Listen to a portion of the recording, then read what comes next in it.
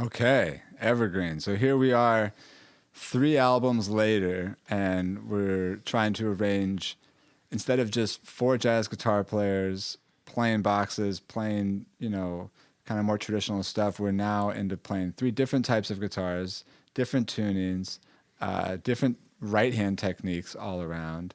And uh, we're arranging things where the harmony is different. It's an original song. We're going into different meters. So it's really like the playbook has opened. And John, can you just talk a little bit about like conceiving that arrangement and sort of how it evolved over the years for you?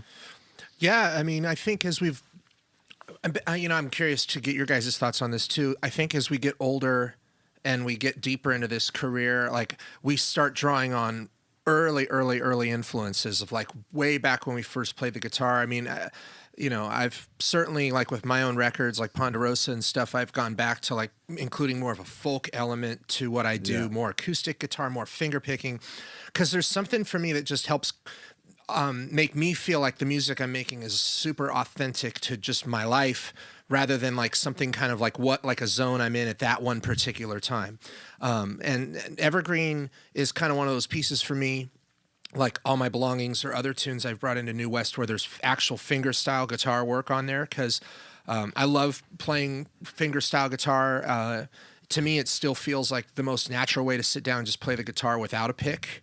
And so, in bringing that into New West, there's a huge challenge because, as we all know, and I mean, we talk about this on the road, like standing up and first of all, but not being seated and playing fingerstyle accurately is really tricky. And I'm not talking about just like folksy Travis style picking. I'm talking about like intense fingerstyle technical stuff with the right hand, bass line motion, and it's really hard to pull off. And then you couple that with the sound in the venue, you couple that with just like being tired, and then also switching from playing an arch top and then going to that. So Evergreen was kind of I knew was going to be sort of an epic lifelong New West challenge for me. And here we are all these years later, and I'm still trying to get that part down. I think I can name on one hand how many times I've gotten done with that tune at a show and been like, yes, did it. You can.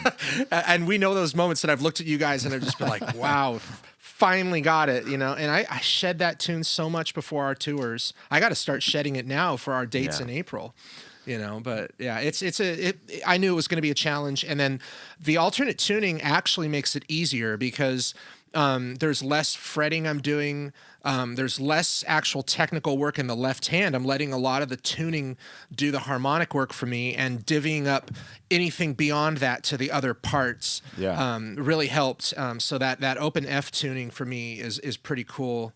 And it's fun to experiment with that, but it's, be careful. Don't try that at home. It was also a good moment for us to realize the power of 3 different guitars and how you can combine not just an acoustic guitar with 2 boxes or all acoustic guitars, but we could combine nylon string, we could combine steel string, and we could combine the box. And we're like, ooh, that's a really nice sound when you put it all together.